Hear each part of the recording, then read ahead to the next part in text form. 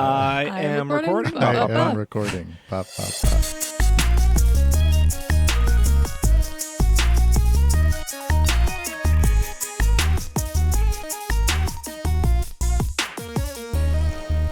What's up, everyone? Welcome to the 656th episode of the Pokemon Podcast. It's super effective. I'm your host, Steve. With me is Hannah. I am here. Hi. I'm tired, but I'm tired in a good way because I slept too much last night, and that's great. Too much. Wow. Yes. Bobby also here. I don't know. I got a normal amount of sleep. I'm not too tired. I'm not. Is Pokemon Sleep helping you get a normal amount of sleep? Pokemon Sleep is doing nothing for that, but it is still fun to play. So I'll take it.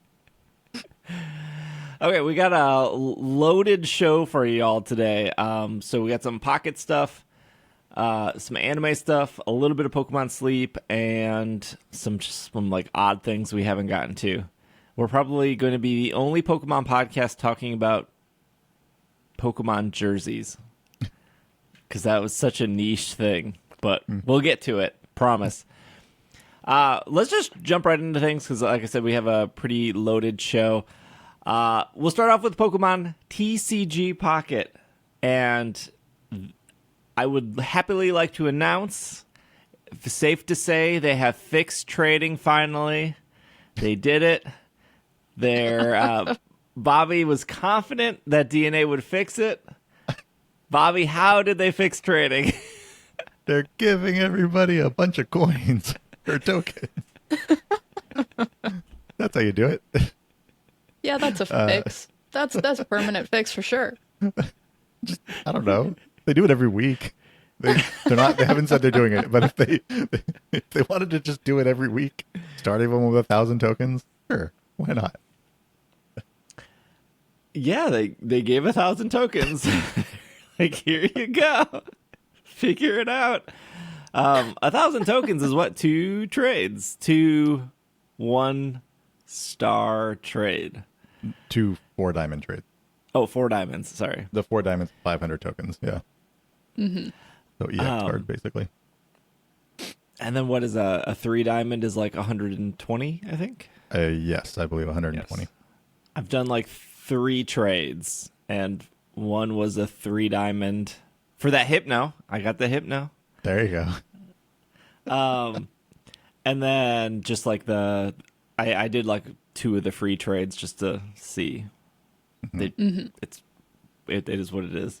Hannah inspired me last week because I was like, what am I going to do with like 8 Weezing? No one wants Weezing. And then Hannah was like, I'm sure you'll find somebody to trade. I was like, if I can't trade with my own community, then no, I don't think I can find anyone to trade. So I asked if in our Slack, we have 100 people in the Pocket channel. I pinged everyone and I said, who needs a Vaporeon? Because that was a 3-star, and I had like 12 of them. And out of the 100 people, 4 people said they needed it, which means I did not get rid of all my Vaporeon. Not even close, but I was like, I guess I need that Hypno. Wait, how could you have done... Oh, the 3 diamond one? The 3 diamond The one with Vaporeon? the ability, the one with washout. But not the like full art one, not the 1-star No, I version have like of 4 of those. But you traded the 3 diamond one. Yeah, the, regular one. Okay. Regular one. Because, I had like 12 of the regular one and then 4 of the... Okay. That one I felt like is good with Palkia, so people would want that one. But also, that was Mythical Island, so I was like, this is the one that people would probably have, because Mythical Island's such a small set. So anyways, if you're looking for Vaporeon, maybe join our Slack. Did you already get rid of the rest of them? A lot of other people were like, I have 18 of these Vaporeon. I was like, okay, we all have Vaporeon, except these 4 people.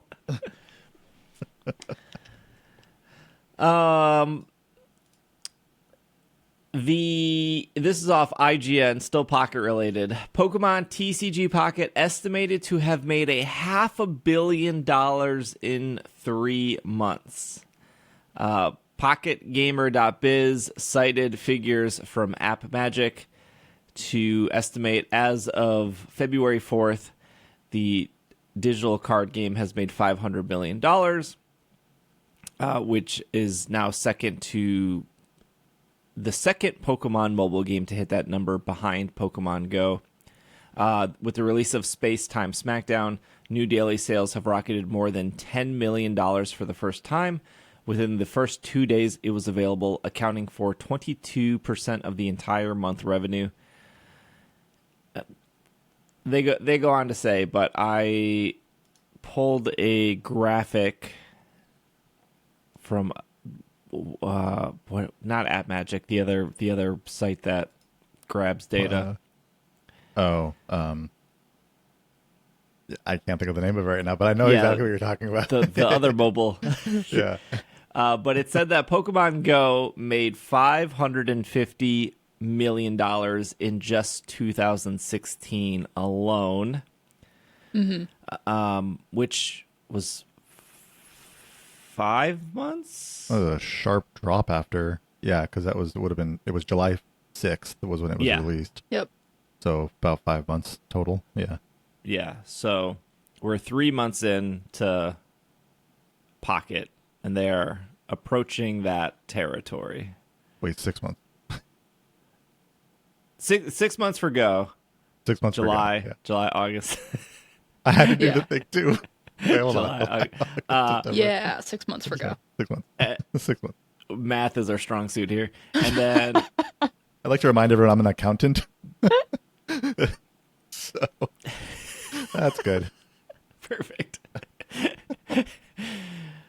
So it's probably safe to say that Pocket will pass Go for like first year revenue.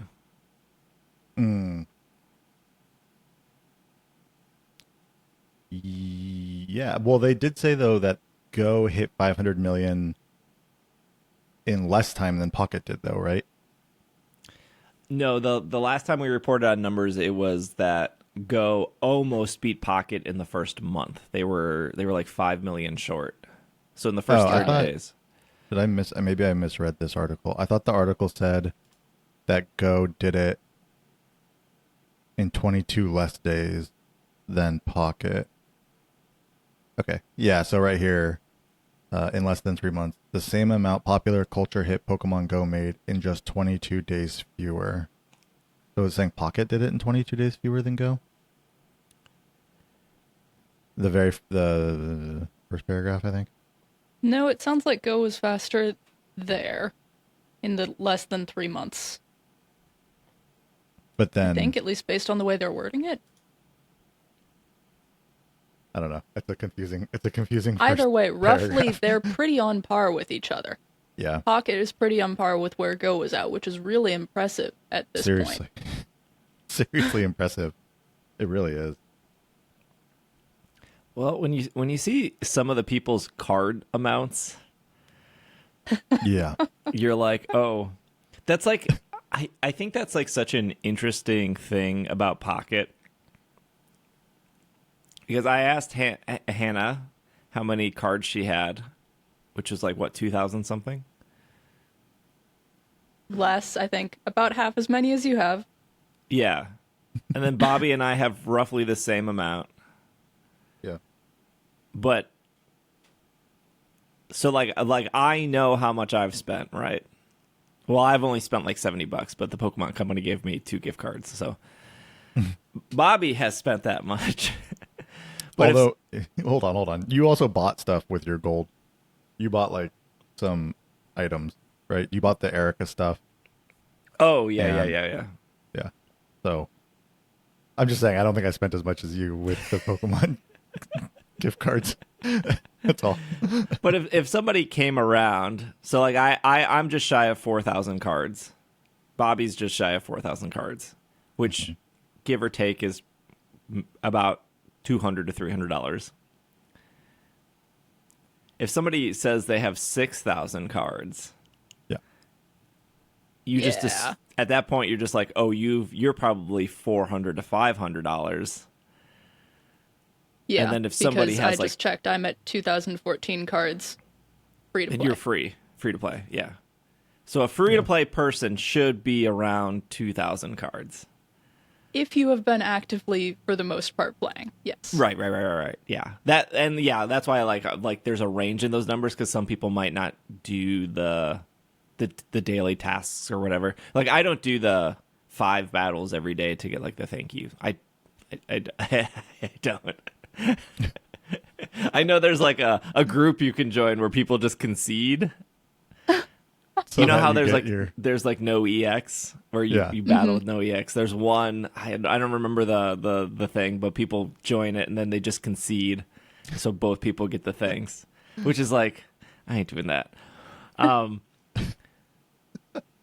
But yeah, to see somebody that has like 10,000 cards or 14,000 cards, it's just like the card number really amplifies how much money you have spent. Yeah. Yeah.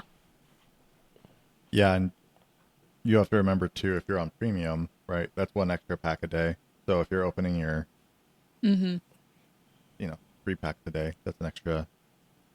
Oh, I don't want to do math again, but well, like an extra 150 cards a month because it's 1 extra pack, like every day for a month, right? So 30 times 5 would be 150. But yeah, I mean, it is definitely. It's interesting because I guess it's just people. I mean, you want to collect, right? But you just want to have as much as possible. I mean, for me, the way that I've been playing, the way Genetic Apex, I feel like everybody was just like, I want to open packs and I want to like open as much as possible and do this. And then for like Space-Time Smackdown, it really came down to like, well, I want to open enough packs until I'm like have the decks I want to build, right? And then kind of go from there. And I do wonder how much that will change over time, if people will start to do that more, or if it will just continue to be, I just want to open packs and collect everything. Like, I wonder how much difference there is in between the people who are just trying to pull to get those decks put together and to really start and to use it to battle versus the people who are just like, I want to collect everything and then I close the app. Yeah. And I mean, those aren't the only ways to play either. I have a deck that I am satisfied with and I like it. So I'm just kind of going with the flow. I open the packs I get. I am not interested in paying money to get the whole set as quick as I possibly can. I'm just kind of seeing where I end up. Yep. I do think last week I said I think the cracks for some people are starting to show. I've definitely seen people in both our Slack and our Discord be like, I think I'm kind of over this. and I've seen that online too, and that's not like surprising. I don't think that means there's anything wrong with the game, but I do think there is a feeling of like I'm falling behind, or this game is not grabbing my attention anymore, or I feel like I have to pay to keep up, which I guess is the same as falling behind. But I think even for me, like, I don't think battling is in a real great spot right now. I don't love the chip meta that has existed, where it's like Darkrai's doing 20, Druddigan's doing 20, everything's running Rocky Helmet and they're doing 20, Greninja's sitting behind a Druddigan doing 20. Like, there's just so much chip. And I think people are being really disingenuous with like, there's so many different decks to build. Totally. There are. But there is one deck that is way more powerful than everything else. And at least when we had like the Pikachu Mewtwo meta, we had like 2 powerful decks. You could either do Pikachu or you could do Mewtwo. Like, they were pretty equal in power. And that's why people found them annoying to do. But Darkrai Magnezone Druddigan is just on another level than everything else. And like, yes, it's still beatable. Yes, like you can still win. I'm not saying that. There's a lot of luck happening, but it's not even equal. Like, and there's not like good counters to that. There's like not good counters to getting around Druddigan at this point. Because like Zebstrika's not that good. Haunch Crow's not that great. Hitmonlee is like probably the best, but it's not great. But it like gets there quickly. But then you're also using that. There's not really a good way around it. You're right.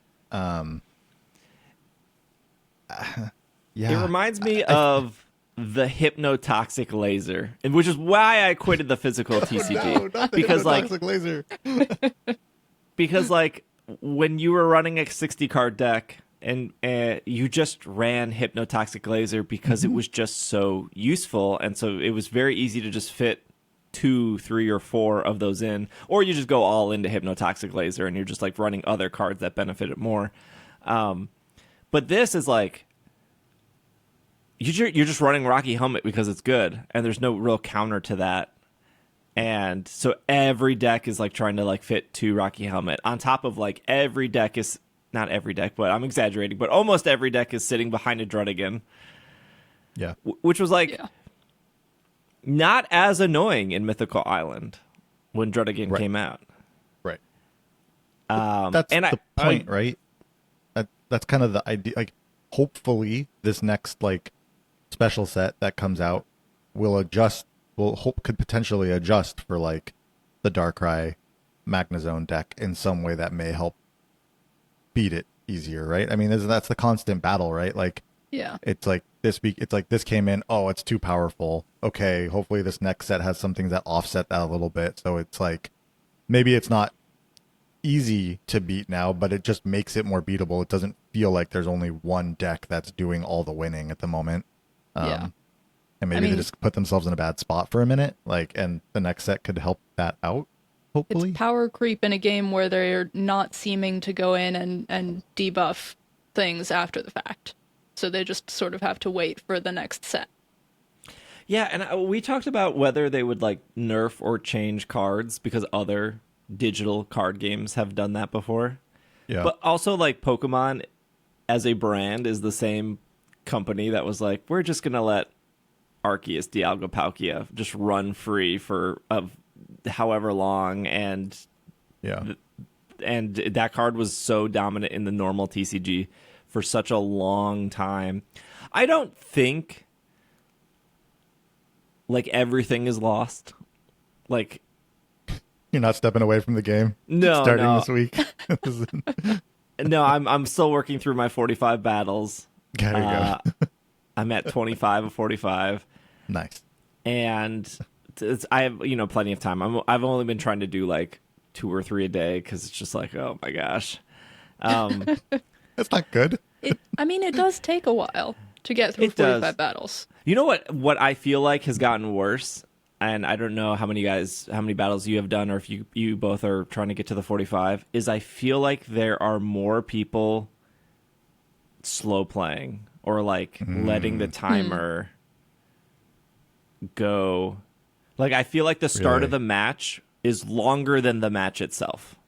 Like, just put your Pokemon down and hit OK. Like, I feel like I'm just sitting in that menu for so long because people. I don't. I had that multiple times the last couple days. Interesting. Okay. I haven't played the 45 battles yet. I'm still working through the Cresselia just to get the Cresselia stuff done, since that ends sooner. Yeah, I forgot all about that. They were like, here's like 7 events at the same time. Well, that's another thing, right? So the Cresselia event ends on at least Pacific time. It ends February 14th at like 9:59 p.m. It ends on the 16th, February 16th at 9:59 p.m. Sorry, February 16th at 9:59 The Versus p.m. event ends on the 24th. Yeah, so I figured I'd get the Cresselia stuff knocked out and then move on to the 45. Also, I was trying to I'm part of the problem. I was trying to pull a second Darkrai EX I could get a Darkrai Magnezone or Darkrai Weavile deck together before I jump into the 45. And I did pull one, so I'm set to go with that. But I think, there's a lot of events, but two, I was afraid. I think maybe it's just from seeing videos or something, but I was afraid that like games were going to start to feel a little bit longer, or matches were going to start to feel a little bit longer.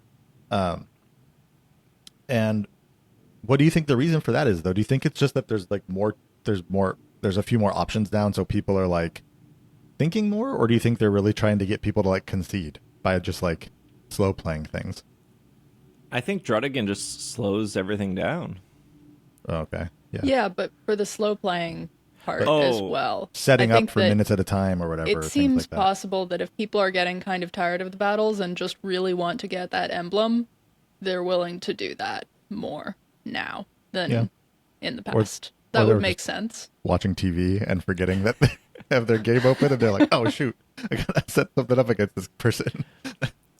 I don't have a great answer to that. There is, according to when Pocket updates, people can like pull the assets. So like we knew that like the Cresselia event was going to eventually come for the season. Yeah. So apparently there's supposed to not be a 5-win streak this season. Season's probably the wrong word, but that was like those emblems weren't in the code for the 5-win streak. Oh, okay. Which, going back to the meta being, I think, not in a good spot right now, I think that's relieving to a lot of people. Mm-hmm. Yeah. To not have a 5-win streak. Not have to have the one emblem where it seems like you will have to have a Darkrai deck in order to get that emblem. Right. Or that's true. If you're running Palkia, you are always starting with Manaphy, no exceptions. Yeah. I'll say, like, I'll be honest, on the Mythical Island 5 wins in a row, I think I got to like 3 or 4 wins like once or twice, and then I lost. And I didn't even try again. Like I kind of was just over it, and then I sort of forgot like that when the event was ending, and so I went to go play it, and it had already ended, and I was like, oh, okay, well, it is what it is. But you know, with Genetic Apex, I was like, oh, I want to get this like emblem, I want to get the 5-win streak emblem, and then Mythical Island, I was like, yeah, battling's fun, but I don't want to feel like, oh, I have to win 5 in a row to get this thing. And I think they do it nicely in that what you gain from just participating is worth more than what you gain from winning, right? If you win the 5, you get an emblem. Great. That's fine. If you want to collect everything, I understand that. I totally get it. But if you participate in like 10 or 15 battles, you get hourglasses. Like you're getting a chance to open packs. And so I appreciate that they didn't put like win 5 battles in a row to get, 30 hourglasses. It was more like, here's an aesthetic thing. You can show off you won 5 in a row. There's also 30 emblems in the game, and so you don't even have to choose to use that one, if you don't want. So I appreciate that, but yeah, I hope they decide to start changing up what kind of events they're doing, like 45 wins and then 5 streak, 45 wins, 5 streak. Like I don't know what else it would be. I'm not like suggesting anything, but like what else would it be? I don't know, but I just feel like people will start to get tired of like the same event over and over. I feel like again. people are already tired of that. Yeah, people are. I guess they could go into more specialized tasks, like win this many battles with a deck that has this color energy. Mm-hmm. That kind of thing. And they kind of do that with like the solo stuff, right? I mean, with the solo stuff. Yeah, they do that more with the solo stuff. It is the same, but like because the decks are set up different, you're going to use different stuff towards it and everything. But yeah, and this is not to say like, oh, TCG Pocket is terrible. Like I still quite enjoy it, and I like battling, and I like opening packs and everything like that. I just I'm not battling at the same rate that I was when Genetic Apex came out, or even like a month after. But when I do jump into battles, like I am enjoying myself, like playing those battles. It's just I don't know. I don't feel like I want to I have to win 5 in a row to get this emblem or whatever. I feel like it would be nice if they maybe changed those up a little bit over time. I was still really enjoying the 5 in a row for Mythical Island because my Greninja deck was doing well, but I haven't done any of the battles so far in this set, so we'll see how it goes. Well, you have what, over a week? A couple of weeks, yeah. Yeah. Mm-hmm. Going back to the trade stuff real quick before we go to break. When we talked about it last week, I don't think we talked about why it exists, and I guess the DeNA was like, our goal is to prevent bots or multi accounts. I think they actually came out and said that. Yeah. So I think I have an explanation, and I also said last week that I don't care about crushing, and I think that came off because I put money into the game and I have more cards than other people. That's why I don't care about crushing. That's not it. I don't care about crushing in the same way as I have gotten over hoarding things. I think that's where my perspective came from. I don't need to hoard all of these cards and hope one day I will trade them. My 70-some Deoxys I caught in Pogo are now in Pokemon Home, so they're not locked to the Pokemon Go trading ecosystem, right? I can give those Deoxys to anyone at this point. Mm-hmm. It's just it's not that I have more cards and I don't care. It's just the digital item that I cannot be buried with when I die is that was my perspective. Whatever, because you got to crush for flair, and you have to crush for the tokens or whatever. So it is part of that gameplay loop. I don't think it's particularly good, but I think the flair thing is more annoying because I thought about that too.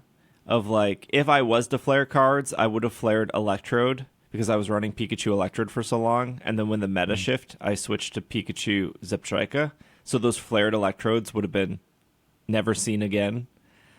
And now Zebstrika is completely out, right? Mm-hmm. Yep. Uh-huh. So that, I think, is more annoying to crush to flare cards you like, and then eventually those cards rotate out. I guess maybe Professor Oak is your safest bet to flare. Or Pokeball. But you don't even... Yeah, you can just get those. Right. Yeah. But I think the crushing exists, and again, I'm not saying it's good, is the same reason why in Final Fantasy XIV that you have to repair your armor. And so if you've never played Final Fantasy XIV, you probably don't know. You can put whatever armor you want on, and when you go into a dungeon... and you do the dungeon, at the end of the dungeon, your armor will lose 10% of its armor. Basically HP. Yeah, it's your armor has HP. And it doesn't prevent you from playing the game. It's just if you go into a dungeon without repairing your armor, you just take more damage, or you don't do as much damage. And all you have to do... It's not even to the point where it's noticeable. But all you have to do is talk to a shopkeeper and then repair your armor, and it's 500 gold or something. Mm-hmm. Mm-hmm. Right. Which is not a lot in that game. It's not a lot. And you'd ask why does this even exist? Why does our armor even degrade? The only reason that exists in Final Fantasy XIV is to protect the economy and to move gold out of the system.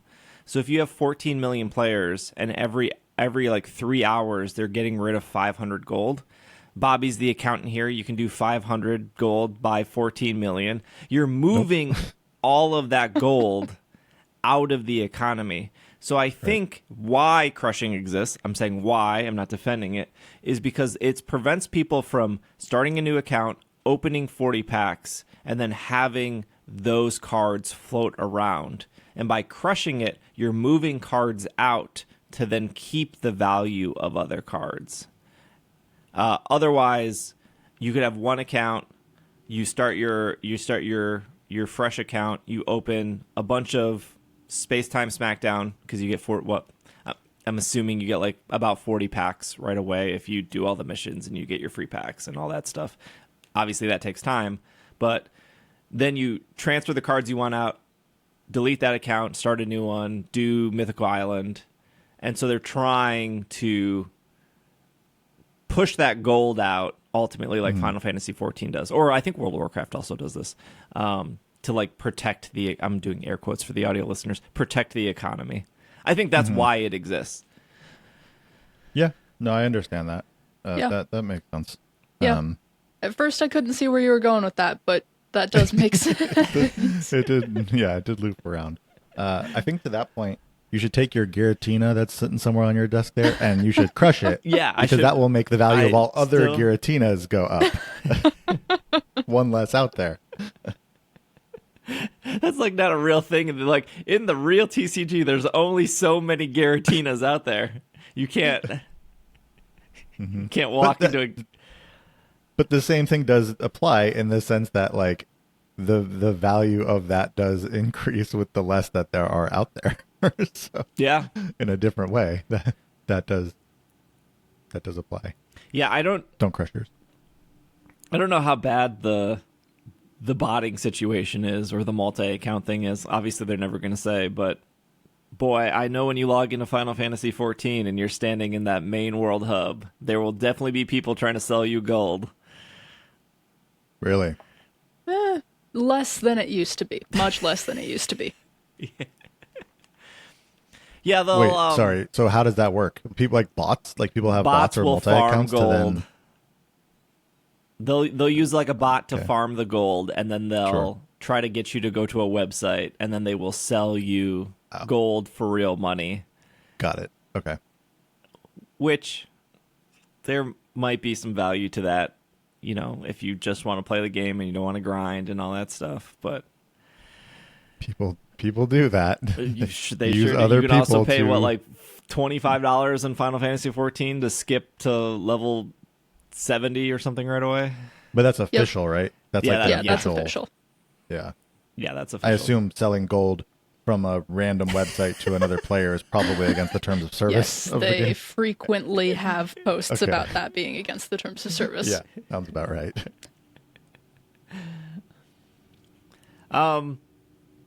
Yeah, I don't know how they solved the trading thing, besides just giving us more tokens or reducing the level of crushing.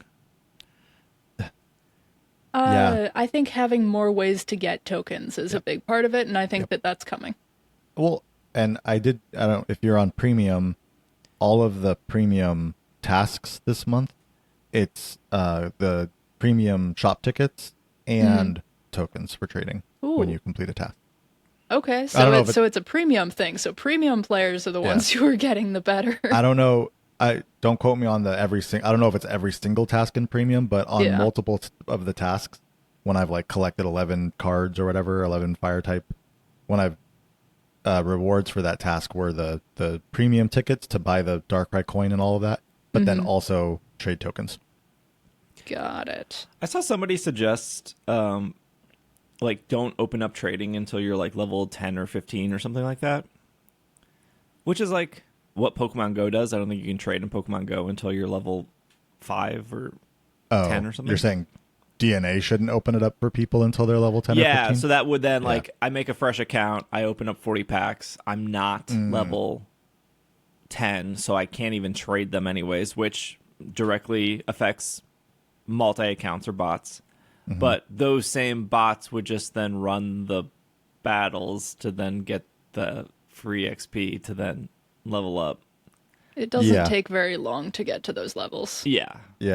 It's longer than just opening a bunch of a bunch of accounts for sure, but it doesn't. It was an interesting suggestion. I don't know if it works, but I don't know if delays it for people, I guess. Which I mean, it's all you really are trying to do, right? You change your rules or change your tactics, and then the people who want to take advantage of it will change their tactic to match that until you change your tactic to match. That's like life. I don't know. You're constantly in that like cat and mouse game. Yeah, we'll see. Well, Pokemon Day is what, like 2 weeks? I don't think we're going to get like a trading overhaul by then. I think they'll just be like, here's a new mini set. And here's 1,000 tokens. I don't think a trading overhaul is coming. I think that they could do small things to improve it. Yeah. Yeah. I'm still hopeful they will. And I think that they're just padding the player base with some tokens like on the way there. And I'm not even saying that whatever the tweaks that they make will make everyone happy. But like, I think there will be some adjustment at some point sooner than later that will hopefully appease, I don't know, at least one person. Yeah.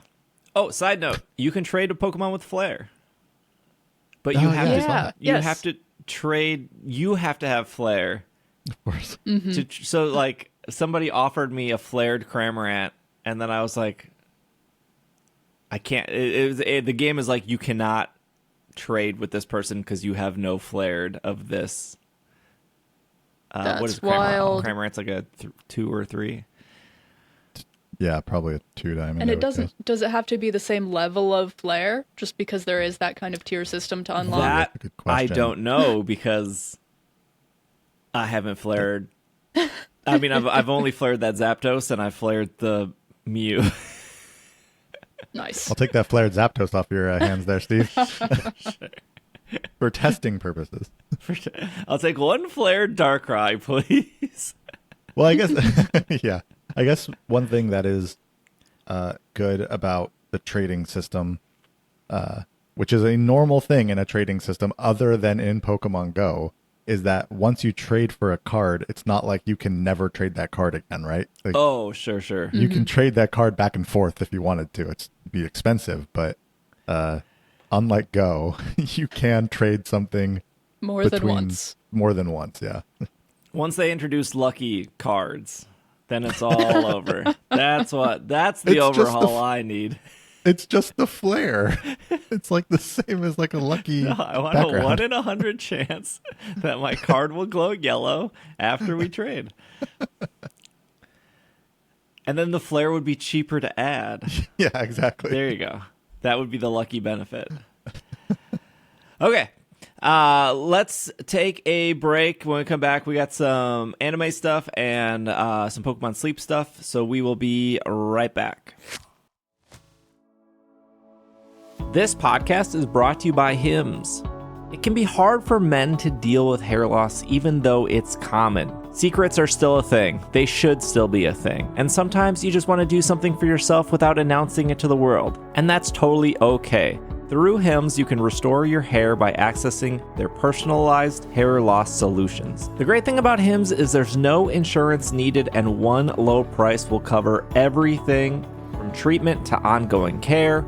You can choose from personalized chewable, oral, spray, or serum treatments that work best for you.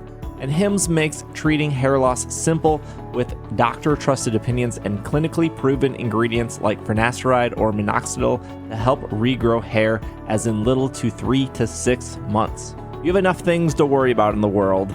Hair loss should not be one of them. Start your free online visit today at hims.com/PKMNcast. That's HIMS.com/PKMNcast for your personalized hair loss treatment options. HIMS.com/PKMNcast. Results vary based on studies of topical and oral minoxidil and finasteride. Prescription products require an online consultation with a healthcare provider who will determine if a prescription is appropriate. Restrictions apply. See website for full details and important safety information. And we are back from our break. Let's sleep news away in Pokemon Sleep. They had an update. Version 2.5.0. This was preparations for the Valentine's Day event, which if you're listening to this podcast on Monday, that would have already started. They added the 2 new recipes, which you could do as of, Wednesday morning. You could start those 2 new recipes. They added a new alarm, up tempo. They adjusted Absol. So shout out to the 4 people who have actually caught an Absol in the game. Absol can carry more, and the frequency is shortened slightly. It was the only Pokemon that got balanced. You can now add more helper teams. They went up to 8. I think before it was 5. Maybe TCG Pocket should take note for adding more deck space, because I think you can only have 15. 15, yeah. They adjusted the edit team screen. We are making adjustments that allow players to swipe left and right through all your teams on the edit team screen. The only place I have ever seen this issue was the Pokémon Sleep subreddit. I'm sure it has existed elsewhere, but it leads me to believe that the developers definitely read that subreddit. They made an adjustment where if a Pokemon changes its type when it evolves, they are making it very clear before you evolve it. Good. Yes. I've seen people complain about that outside of the subreddit. That's something... Because if a Pokemon is a core part of your team and you need it to be that type, and then you evolve it expecting it to be stronger, and suddenly it doesn't fit anymore, I have seen people get frustrated with that when they weren't expecting that to happen. Yeah. I feel like we saw that with like Quaquaval. Yeah. It was the Paldean starters. I mean, before that, Swablu into Altaria changes. You complained about that. I did complain about that early on. One, and then you were really bummed when you evolved it and realized it switched to Dragon. I did do that. I didn't know. Yep. I didn't know. Exactly. And now they warn people, so now you would know. Yeah. Onyx and Steelix would change. Curliette to Gallade would change. Mm-hmm. There's a couple. There are some. Yeah. But the Paldean starters, I think, really were the big really one. Yeah, because threw a wrench in that for people. Three at once. Yeah. Adjustments to the cooking menu pop-up. The cooking pop-up appears when you tap on the pot on the home screen. After the adjustment, the pop-up will display any cooking-related bonuses. I'm not 100% sure what they're talking about there, but I'm sure it fixes it. Okay, and the best fix, this will bring Hannah back. We adjusted an issue regarding adjustments regarding the issue that caused background music from other apps to stop when booting up this app. Actually, truly, that is a big fix. But it's not the thing in this update that was making me consider starting the app. There was it something? the Absol? There was something. No, it was the number of teams you can have. I don't think that going from 5 to 8 is actually going to bring me back. But if they went and upgraded that to like 30, I would start playing again. Really? Genuinely, yes. Because having to rethink my team every single week was one of the things that drove me away. See, that's your problem. Being able to have set teams for most of the situations, I think would actually truly change the way I was playing the game and change my enjoyment level with the game. Well, see, if you just... I know you always use the same team, but I tried that. I tried that before you did. It wasn't good enough for me. Hey, I stuck with desserts this week, and I have actually done quite well with a new team and desserts. But yeah. I change my team like 6 times a week. I'm like moving things in and out. Same. I do change like a particular Pokemon. I'll swap between like 2 throughout the week. But I don't change I'm not typically changing my teams. However, like I said, I'm kind of changing the way I'm playing. So I am putting new teams together. So I actually may start actually putting more teams on my teams list, because currently I just swap like the one team, I don't even have like 5 teams filled out on my list. Yeah. Very different way of playing. Yeah, different ways of playing. I see where you're coming from, Hannah, because I did have like the 5 teams. One was my like beach, and then one was taupe, and then one was the ice place. But then the problem with that is you can like set those Pokemon, but then the meal throws it off. That's why I want something like 30 different teams, so that you can have 3 for beach and 3 for taupe. And Okay. So like this is my salad taupe. This is my dessert taupe. That's what I want. Okay. Well, we'll make sure, hopefully, when they add 30 teams, we can then confidently say they're listening to this podcast. I don't know why that would be. That doesn't seem like a terribly hard thing to program or anything like that. You can have like unlimited teams in Pokemon Go, right? Technically, like if you were to like they would probably raid have to teams? change the way the teams are displayed if they were to have a lot of them, though, because the way that you kind of swipe through the teams currently would be a lot to have 30 different teams there. You would probably have to have some sort of grid view. It would almost be like they should have like 5 teams per island. Yeah. Yeah. Yes. You can't have unlimited teams in Pokemon Go, though. Is that what you just said? Can't you, like, for like raid battlings or like GBL? No. Is there a limit on that? There's a limit. Is there 3? It's 3 or 5. Yeah. Oh, wait, really? Yeah. If you go into the battle screen, you can see the limit, like, for teams, for custom teams. Oh. Because I feel like every time there's a G-Max, I'll make a team. So I can just replace. Do you replace a team that's there by chance? Oh, I might be replacing, but it's just like possible. So I can like just swipe to the left and then have that team ready to go. Right. So if you just swipe to the left like once and then you're replacing that team each time, it saves it, but it saves it over the team you had there before. Oh, okay. Yeah, because I'm never swiping twice. I'm only then you're just replacing the team that was there before, because it was unlimited in my mind. When there are multiple raid Pokemon, I will make teams for each of those raids. I used to when I was raiding more, and it would max out. I wasn't able to, like, I'd have to go in and delete one so I could make. I'm just sitting here making new teams, and I have 9 teams for Ultra League so far. And it's still adding them? Then they've definitely changed it, because at one point there was a max. It was like 7 or something. This is raids and gym. This is the raids and gym. I don't know if it's different for GBL, but because raids and gyms, it's like 6 Pokemon per team, right? So true.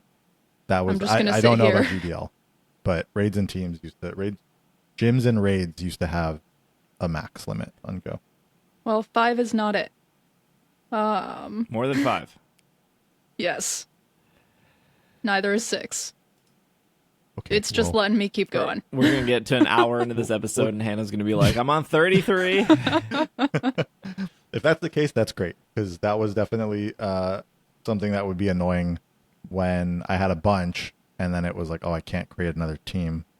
So if there is something, I'm definitely... 10 is the limit. 10. 2 more than sleep. That's still not a lot, and still not enough. Yeah. This whole episode is like limited sleep, limited go, limited pocket. Yeah. Pocket's 15. Yeah, right. This is off Pokemon.com, February 7th. Pokemon Horizons Season 2, The Search for, I don't know how to say, Laqua? I think that's it. Laqua, I think. Gosh, it's been a while since I was watching these episodes. Debuts on Netflix. Liko and Roy's adventure continues as they search for the 6 hero Pokemon and Laqua. I'm sure if I heard it, it would be like, oh yeah. New season begins. Liko, Roy, Dot must battle their first gym leaders in Terra training. Then the trio and the rest of the Rising Voltacklers resume the pursuit of the 6 heroes, including the Black Rayquaza, while explorers also race to uncover the secrets of Terrapagos. Hey, Netflix raised their prices again. Yeah. Yeah. Is it anyone here subscribed to Netflix? No. I use my family's subscription, which is timed out on all of my devices, except for my TV, because I think it's not connected to the internet in the right way to time out. So I see. Yeah, that's working. We have an add-on. We did one of the like you can add a person to an account for Yeah. a cheaper amount. I think for you that can't do person. that on the ad-supported one, though. Yeah, that would make sense. Yeah, for sure. Yeah, because the add-on is like the amount of what the ad-supported tier is. Yes. There's like no loyalty to Netflix, so it's not like you like lock in a rate or something. So I just Right. if I'm not using it, I just cancel it, and then when I need it, I'll just resubscribe.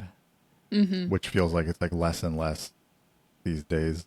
Yeah, Since As they decide to cancel more and more shows, yeah. Yeah, like they do like one season of a show, and then everybody's like, "Ooh, that's kind of good," and then it's like, "Oh, no, season 2." Yeah, it's either 1 or 3 because they have to renegotiate after the right. 3rd season. Yeah. hey, they got wrestling now though on Monday. That's true. That's true. That was a huge deal. I mean, It that was was a a huge huge, deal, like yeah. monetary, huge deal. I think it's also I a huge imagine- deal for ahead. people that are like, there's nothing to watch. If you Yeah. watch wrestling every week, then you're kind of locked in Yeah, because there's always going to be wrestling every Monday. that's true. So I know years ago, I remember they had like the WWE had like app or like WWE TV or something like The that, network, and that had like yeah. a bunch of stuff. The network, is that still a thing or is that not a thing No. anymore? Because they've The broken up like The WWE Network was actually amazing. right. It- That's it what was- I it was- remember that being great. But it wasn't live. It was $10 a month, and it was for so you got old stuff like their archival stuff, Okay. and then they had like original programming. So they'll have the non wrestling content, but with wrestlers doing it. Like Like the Undertaker doing pranks. Or like, what do like you mean? there was a prank show. there was a prank show, but I don't think the Undertaker was on it. It would be like interviews, or like they'll put like 3 wrestlers in a car, and then they'll like drive to the next venue, but they would be like talking about Get something coffee? specific. Yeah, getting Coffee coffee. And then they closed the network completely and made a deal with Peacock. And so if Right. you want to watch the pay-per-views now, you need a Peacock membership. Yes. And if you want, Raw used to be on USA, and now it's on Forever. Netflix forever. Wow. And Yeah. then SmackDown was on Fox, but I think SmackDown moved to USA. Weird. I mean, I watched wrestling when I was a kid, and it was USA every Monday night from like 8 p.m. to 11 p.m. or whatever it was, Monday Night Raw. But yeah, interesting. It's unfortunate how all these things are just being broken into so many pieces and then put in all these different places. I mean, I guess wrestling always kind of was like that. Like Raw was always on a different channel than SmackDown, and everything. But it is. It's really similar to Pokemon. I mean, Pokemon was on WB, and then it was on Cartoon Network, and then it went to Disney, and then didn't it go back to Cartoon Network? And then Maybe. It's been all over the place. then Yeah. it went to On Netflix. Netflix, Amazon and Netflix at the same time with different seasons. Yeah. Disney was the best in like wanting to watch everything, because there was the Disney XD app that if you Yes, were XD. subscribed to, if you had like a cable package or whatever, you could sign into your provider. If you had that app, you could literally watch every single episode of Pokemon from the very beginning to whatever was current on the Disney XD app. And you could also watch, like, they always had a rotating like 6 or 7 of the movies on there at the same time. I don't know why they didn't have all 20. I don't know what that was about, but like every month That's they more like switched licensing up. things. Well, yeah, Yeah. Yeah. I mean, every month they switched it up, but they did have every single episode on that app, and it was great. It was just like, oh, they're just all in one place, and just not the Well, case last with night almost you anything. could have watched Volcanion and the Marvelous Machine, or whatever that movie's called. That was on Twitch last night for free. I'm someone who likes the Pokemon movies, but that one, It's really bad. The only good thing about that movie is like Zygarde showing up for like 5 seconds at the end, and you're like, man, this is tight.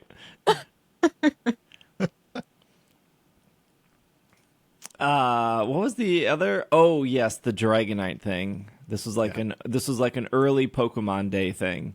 This is off Crunchyroll.com. They apparently have a website with news.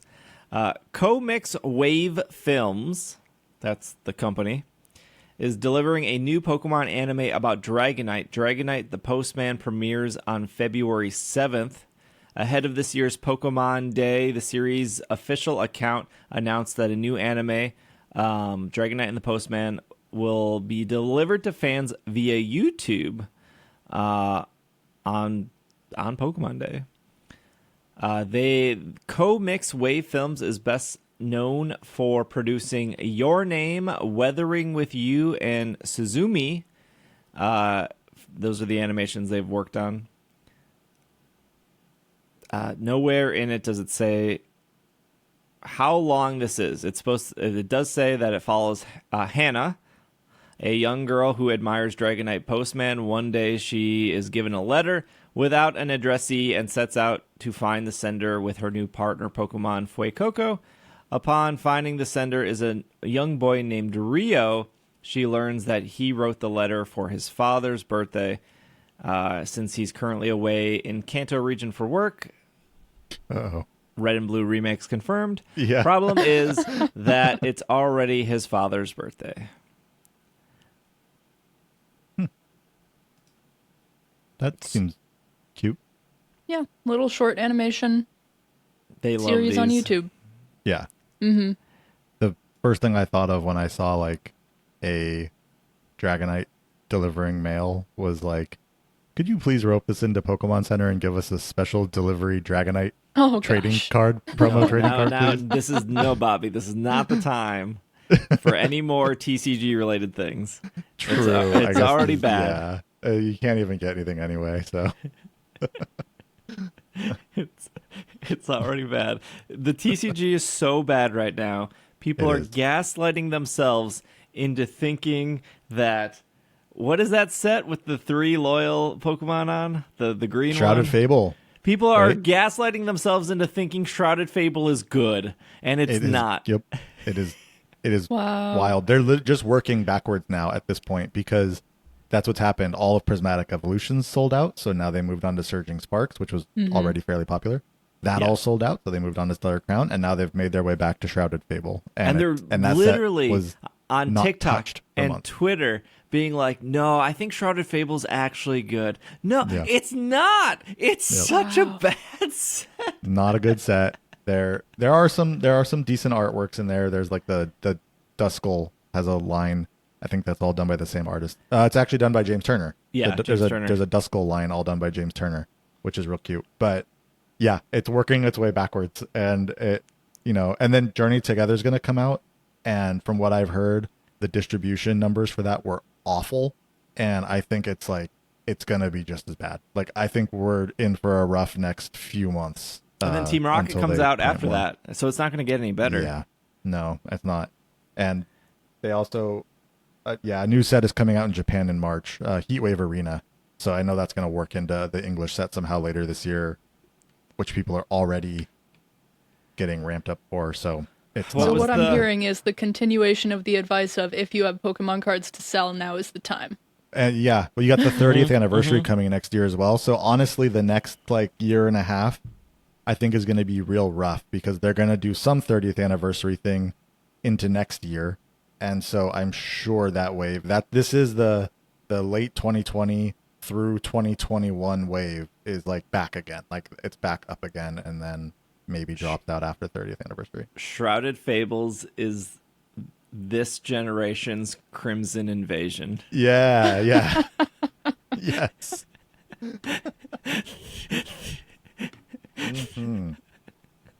100%.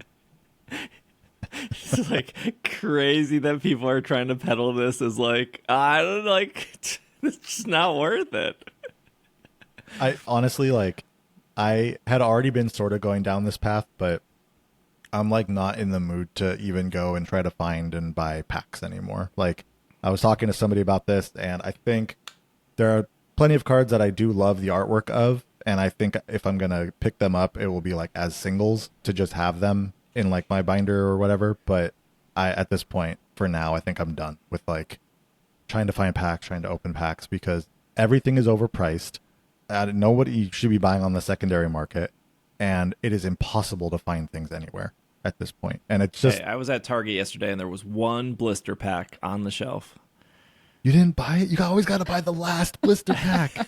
The last blister pack always has gold. I think it was Stellar Crown. Is that the... There's probably a Terrapagos in there.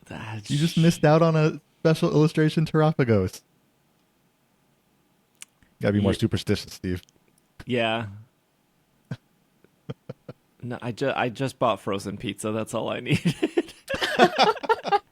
Honestly, like that's gonna give you more for your money. So,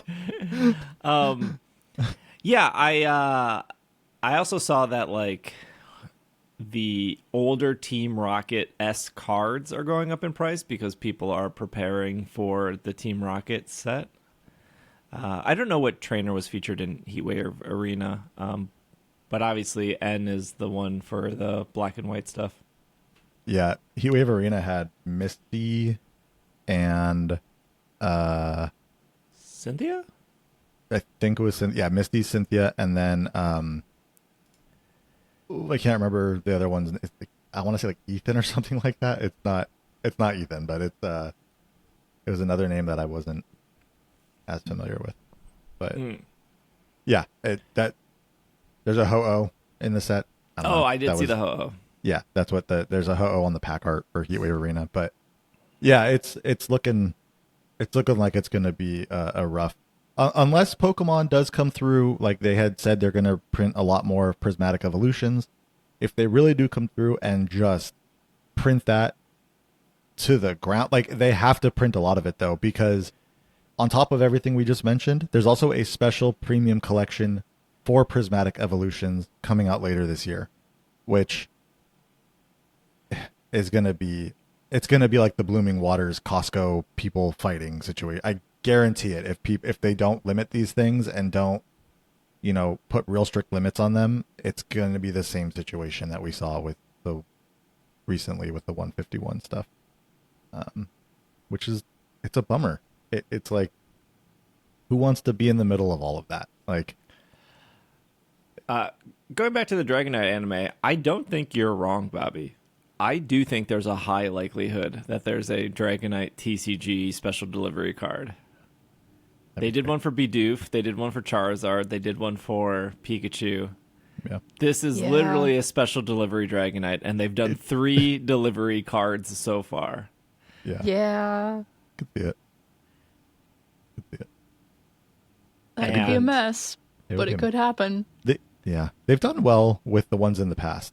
Nope, that's wrong. Nope, that's I'm actually not true. That's not true at all. I guess what I'm saying. I guess what I'm saying is because they weren't released in it's not like you had to go to a GameStop to get one or anything. You didn't see physical altercations betwing people for these cards. Sure, there were website failures for sure. That is true. They're also testing a queue system within the Pokemon Center's website. So it will be interesting if that is all related to, I would imagine it's all related to TCG stuff, so that it's not so hectic and these bots aren't just all grabbing everything the right Japanese away. Pokemon Center already has had this, but yes. Do they? Yeah, they do. Yeah. So we'll see.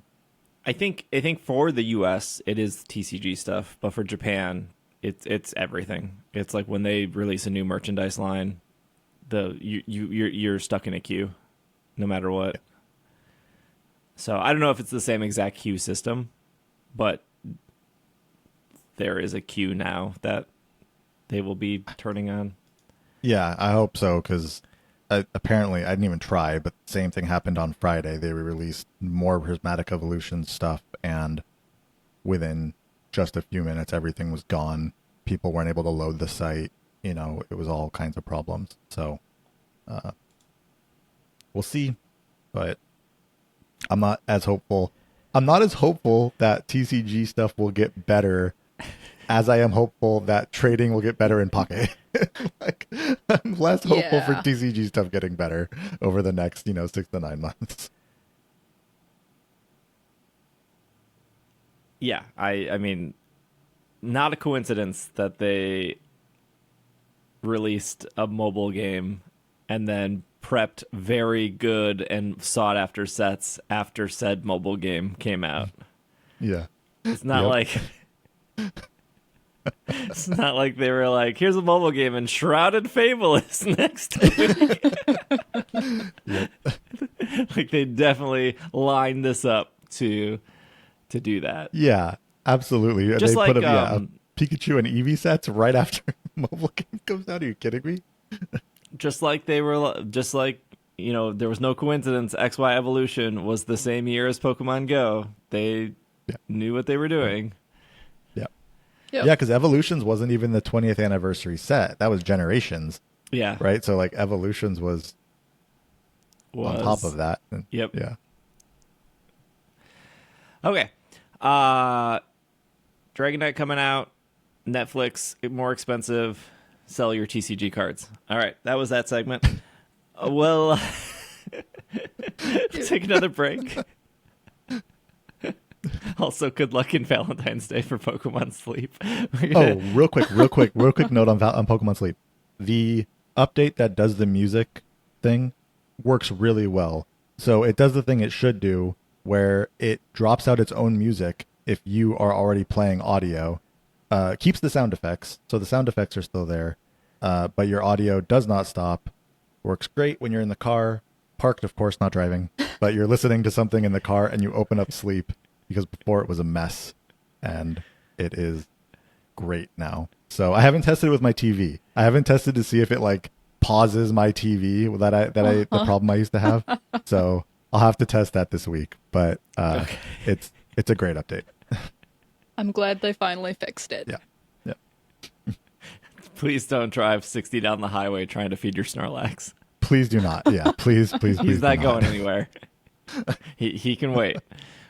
All right. We'll take a quick break and we will be right back.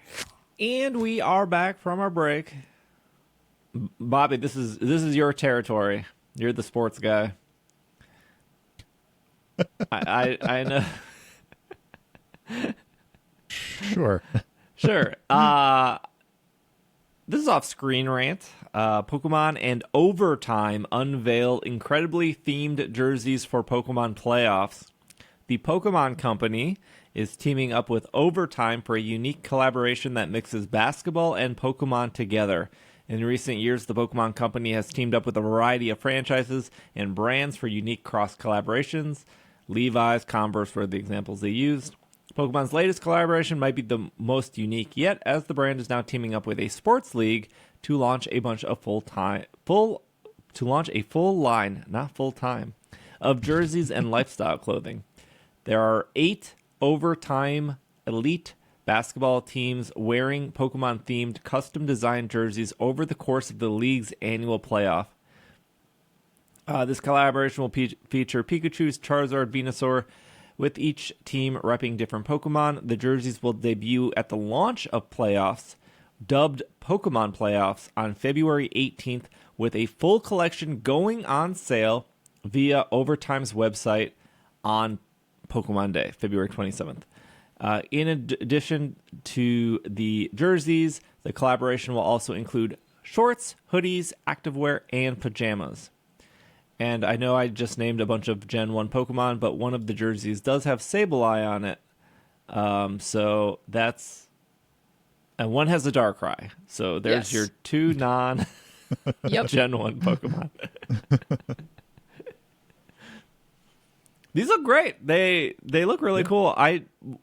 This is not like NBA. What playoffs is this? What imaginary It league? says lower down on the page. It's not imaginary. It says that Overtime Elite is a basketball league for 16 to 20-year-olds that serves as a developmental league.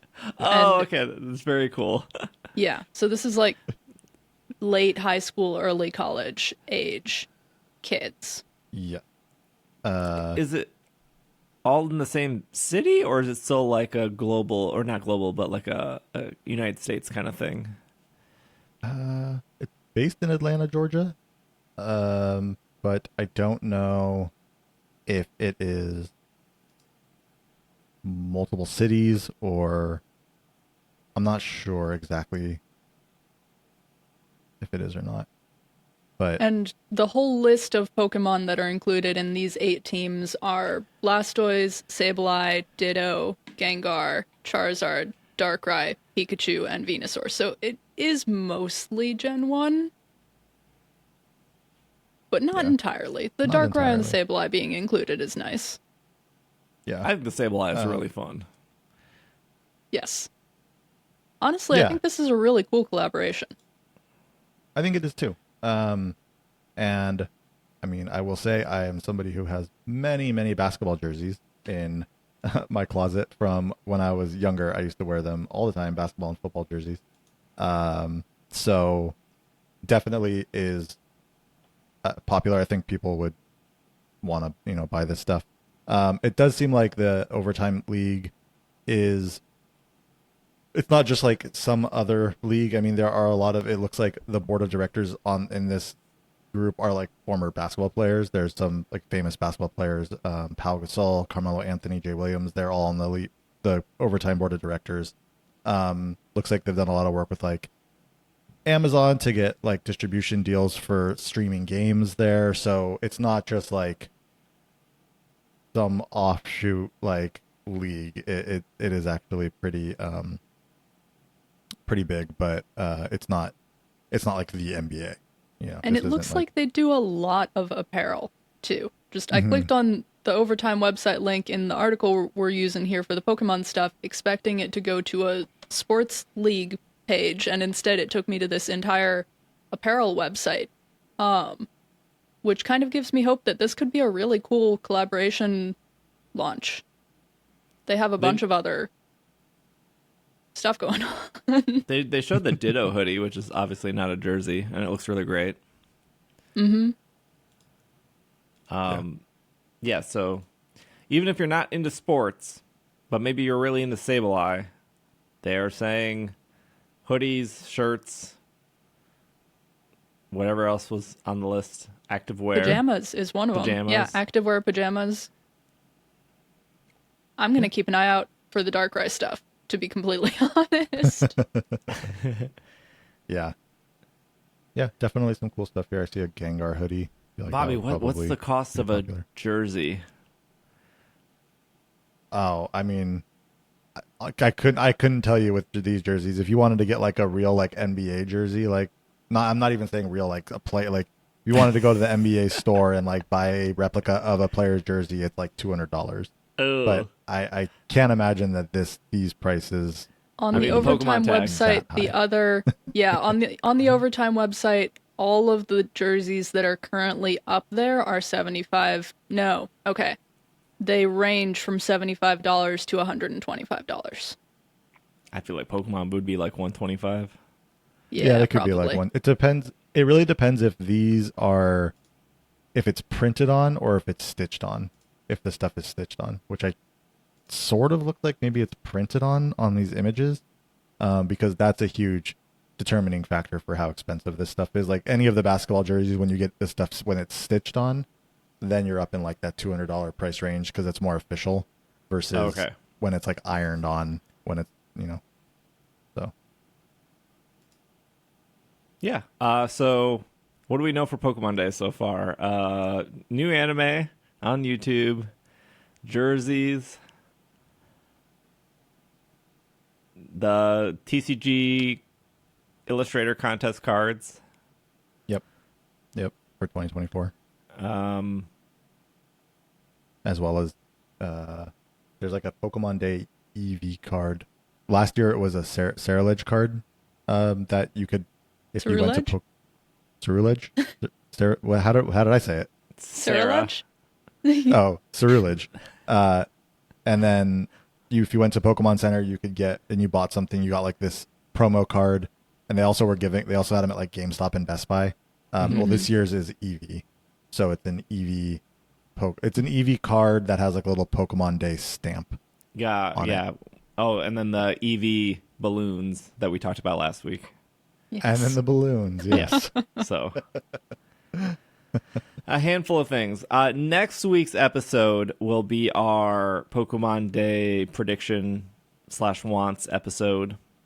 And then the episode after that, Bobby and I will be at Unova Tour. And then, obviously, Pokemon Day will be a couple of days after Unova Tour. So, that's at least the game plan for the next three episodes. Pokemon Day predictions, Unova Tour recap, Pokemon Day recap. We got the next 3 episodes planned out.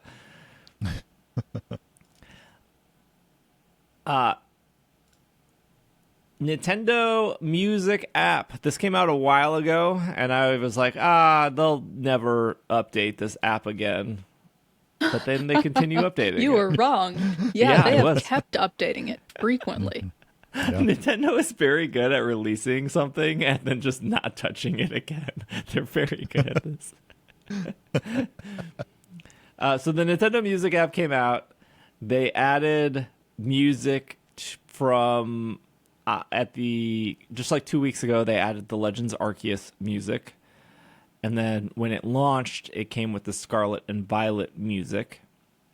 Unfortunately, no BDSP music for anyone. So, I don't think Sword and Shield is on there either. But I don't know if either of you have downloaded the Nintendo Music app to listen to Mario as you drive to Costco. I downloaded it for Scarlet and Violet and for Animal Crossing, and my main qualm with it was that I wanted it to be the kind of thing where it would be like having Animal Crossing on in the background all day, where the music would change with the hour, as Animal Crossing music does, and it doesn't have a feature to do that, so I was a little bit disappointed, but it's a cool app. Yeah, I downloaded it. I actually just downloaded it recently, but the Legends Arceus was a nice addition, because there is a song in there, which I never knew the name of it or anything, but it was when you're on the Alabaster Icelands at nighttime. And so I did look it up, and it's called Deep in the Night. It's on the music app, and it is like my favorite Pokemon song of any Pokemon game.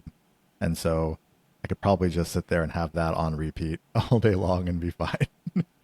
I don't remember a single song in Legends Arceus at all. Because like when you're crouching, the music goes away. Oh, And I then guess when you're like in a battle, it's different music. so. The big boss And then when battle you're at flying, the it's end just that surprised everyone. The entire time No, you so fly. that's where I heard it. It was probably an association with like, I also think Alabaster Icelands at night is like the best looking like scenery in the game. Is one of my favorite like places to go. So just flying at night around there, and then you have the music playing in the background, that combination is awesome. So I think that's why I remembered it so well, because it was like flying around looking for shinies or something, right? And so it was a lot of not having to like get into battle with things or not having to crouch for stuff. But yeah, and it's nice, you can do all that without having to be looking for Pokemon now. I think video game music is great, so I think this is great to have, and I'm glad they keep adding to it. Yeah. Hannah, do you know that you could play the Animal Crossing music and then open Pokemon Sleep and it would still be playing the Animal Crossing music? Oh my gosh, Deep in the Night, but also with Sleep playing?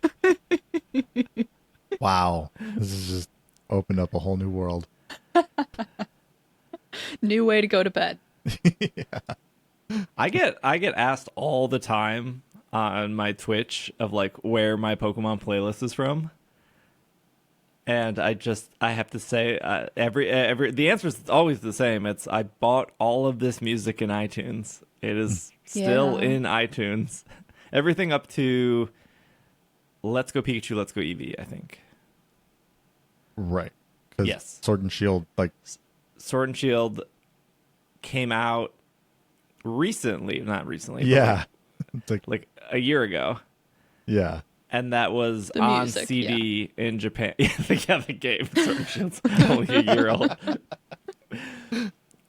Sword and Shield came out. Sword and Shield, Legends Arceus, Scarlet and Violet, all that music came out at the same time a year ago on CD in Japan, but never came to iTunes or Spotify or anything like that.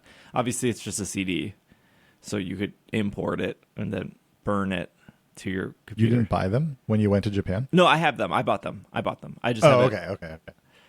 I do own them now, but at one point, Pokemon made a deal with Apple, and that's why the music is on iTunes or Apple Music, whatever you want to call it. Mm-hmm. And that's why it's not on Spotify. Right. Except for Pokemon Sleep, which is exclusively on Spotify.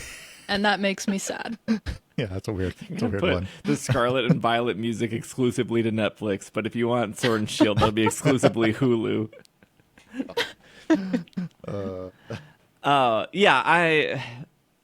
It's like a nightmare to have all that stuff in one place. But I own that music. It is on my computer. If I am not connected to the internet, I can still access all of the Pokemon music. Rare these days. Yeah. So, but there's, who knows if they would add older music to Nintendo music? Because again, I don't know how that would conflict with the deal they made with Apple. Oh, you mean, okay, yeah. Yeah, I don't know. Well, Apple's pretty lenient with their deals, right? They never have issues. They don't have. They're really lenient with all their rules and regulations. And stuff. Yeah, they don't have any issues with that. Totally fine. Pokemon Go Tour Unova, Los Angeles. This is off PokemonGoLive.com. Trainers, thanks for spending money.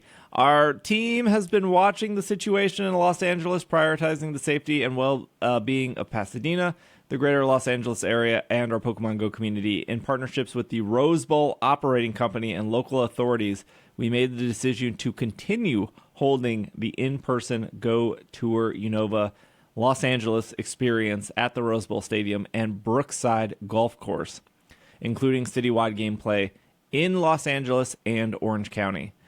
Our thoughts, there's no way. Okay, side note, there's no way for Go Fest. It's not going to be New York City and New Jersey. There's no way they're not going to let us play in New York. Yeah. Yeah. That would be absolutely insane. They were like, yeah, you see across the river, you can't play there. Our thoughts are with those impacted by the wildfires. More information, including what we are doing to support local communities, will be shared at a later date. We understand that not all trainers who have purchased a ticket may be able to attend Los Angeles as a result of the situation. Trainers can request a refund via the in-app support until February 23rd to receive a full refund of their ticket. And then they're always, please be aware of your surroundings. So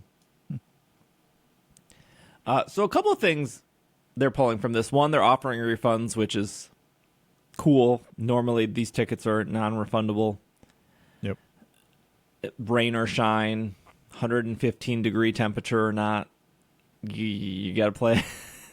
Yeah. You got to play that game.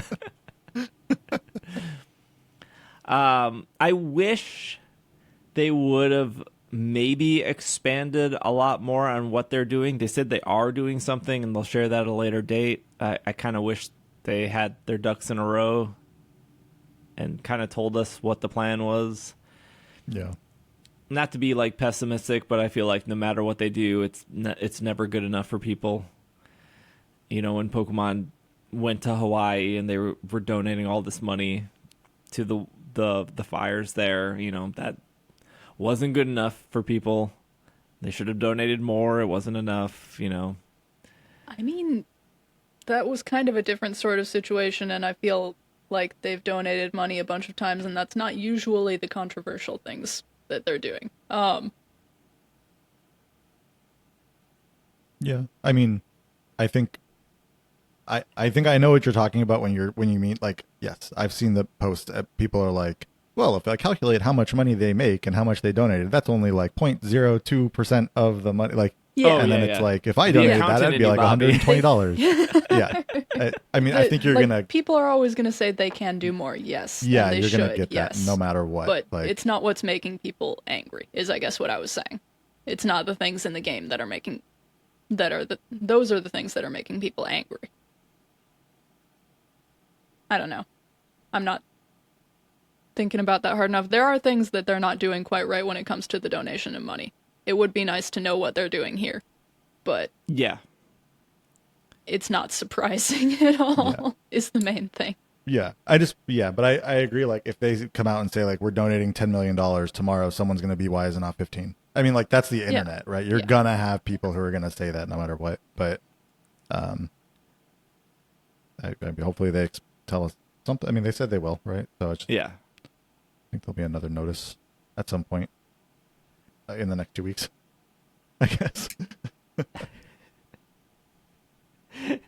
Yeah, I mean, Pokemon also, with the Hawaii stuff, Pokemon, did their donation, and then they did the, what was that called? The Genki ball stuff? Where they... Genki balls, yeah. Yeah, and that was really, really cool, and I felt like that was such a cool thing that I don't know how much that was or how much they matched or whatnot, but I felt like that was not even talked about. Like, it was so cool and so helpful, and it just kind of felt like that kind of got pushed under the rug of like, well, what did they do? And it's like, well, they did this, and they also did this, and that wasn't reported. I mean, we reported on it, but yeah, I don't know what they're doing here for LA, whether that's, money or clothing or helping with housing. Like, I guess we'll find out.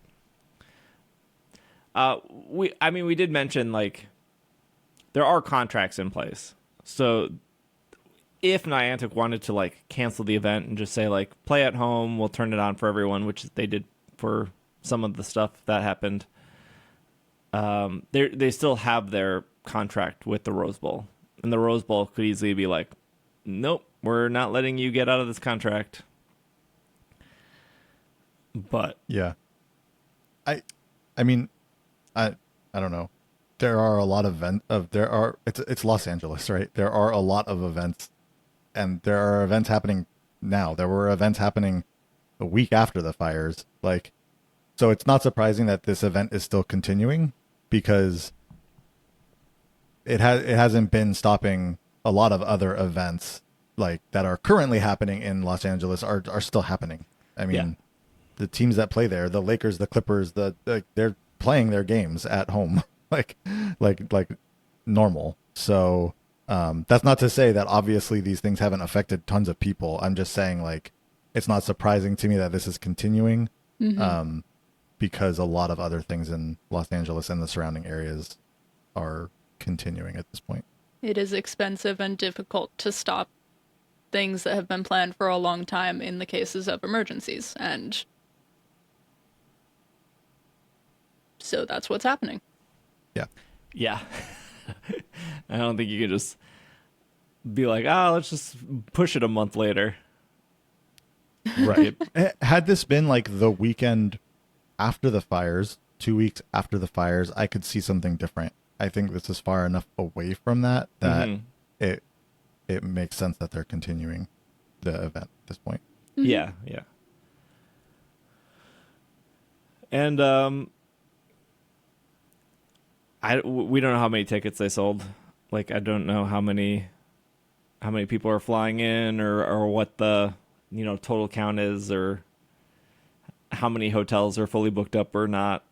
I mean, I would assume almost everyone booked their hotels well before the fires even took place, right? Because normally with a Pokemon Go event, the hotels are the first thing to go.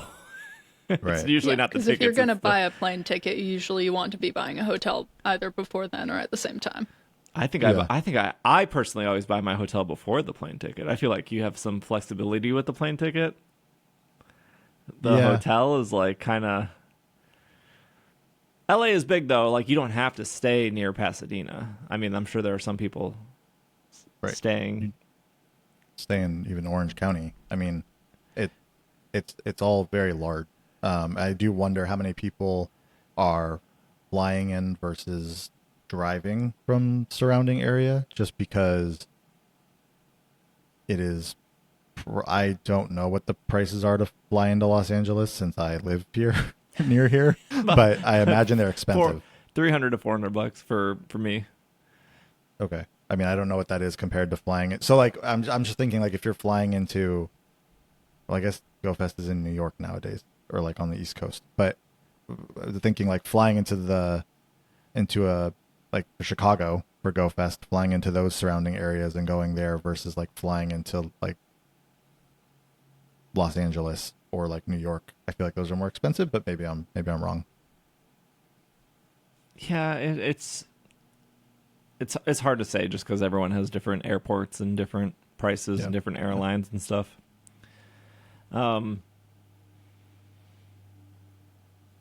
No word on G Max Garbodor. I think my belief in that is slipping Is waning. away. Yeah. Yeah. There was a bunch of assets added on the back end with like Mega Metagross and Delmise, which is coming next week, and Honedge I think was in there. Pyukumuku, a lot of Pokemon that you would expect to see throughout the year. Yeah. Spoiler, those assets got pulled, so maybe they Yeah, were pushed a little early. I was going to say, yeah. There were no G-Max Pokemon in that at all? And you would think, like... I thought there was one. Was it Machamp? Yeah, It might have been it Machamp. was. But I think we knew Machamp no, was coming. It was the Cubfu evolution, wasn't Oh, the Urshifu. it? Urshifu. Oh, yeah. Urshifu, yeah. But I think, like, the soonest we would see an Urshifu would be, like, GoFest. But I think that's too soon. Again, it was a lot of megas, too, that were, like, the rest of the megas, right? It was the rest this of the is, like, megas. obviously assets that are for down the line. So there's that. But I feel like maybe it was just people showing what they looked like. I thought they had already added the Garbodor at one point, but maybe they were just showing off what they look like or something. Yeah, I don't think so. I mean, like, we're down to Mega Camerupt, Mega Sharpedo, which if they're going to do something Team Aqua and Team... Like, neither of those Pokemon are good. Yeah. There are just better water Pokemon. There are better dark Pokemon. There are better fire Pokemon. Like, in the sense of Megas. Like, Sharpedo and Camerupt are not up there. There's... The only reason they would be holding those two is to do something Team Aqua and Team Magma related. Like, I don't know how you because release they may have thought at some point that they were going to do that. Yeah. Like, I don't know why you hold them for so long and then just be like, okay, they're here. Yeah. Like, you can I get hope away they with do something. like they're holding Metagross, which is like sure, like Metagross is a super popular Pokemon. Mega Metagross would be super strong. That makes sense. They're holding Mewtwo. Obviously, that makes like Mewtwo is their number one moneymaker when it comes to like raids. That makes sense. Audino would be like Gen 5 related. So like you would think maybe Mega Audino at Unova Tour. It's the only Gen 5 Mega. And Garbodor's the only Gen 5 Gigantamax? But there's also... Yeah, but like there's also Gen 5 stuff happening later this year when it comes to the TCG with like the TCG set. So like they could kind of work that into something related to that later in the year as well. Yeah, that's true. But I don't know. I feel like they might have a way about like... So there was Gigantamax at the wild area, Wild area. Obviously. And then I'm wondering if like they want to keep that to specific types of events. So rather than having new Gigantamax at events that are themed around it, they would rather have events where it's like, well, this is going to be one that has Gigantamax, and the tours are not that. Maybe the tours are more like fusion stuff, and that kind of just changing up what these things are. So there's not so many things happening at the same time, right? Like if they're having Black Kyurem, White Kyurem, they don't also want to introduce Gigantamax Garbodor on top of those, and so there's not so many different things being introduced at once. I can see them spreading those things out. I mean, Niantic is very good at spreading things out. They're very good at like, let's milk this as long as possible kind of thing. Yeah, true. Well, Bobby and I will be in Los Angeles. I think Bobby's playing on Friday, Saturday. Yeah, I'm playing on Friday. I will be. The plan is that I'll be in Los Angeles on Saturday as well. But I'm playing my day at the Rose Bowl is the Friday. Got it. I should be there all weekend. Your disclosure is Niantic is giving me a ticket to the event. No flight, no hotel, none of that. Which is fine. I don't ever expect that from Niantic, but I do want to disclose, like, when Niantic does pay for me, I want to obviously make that very clear. They did pay for me to go to Indonesia, and maybe that's why they're not sending me here, because I did not say a lot of good things about that event.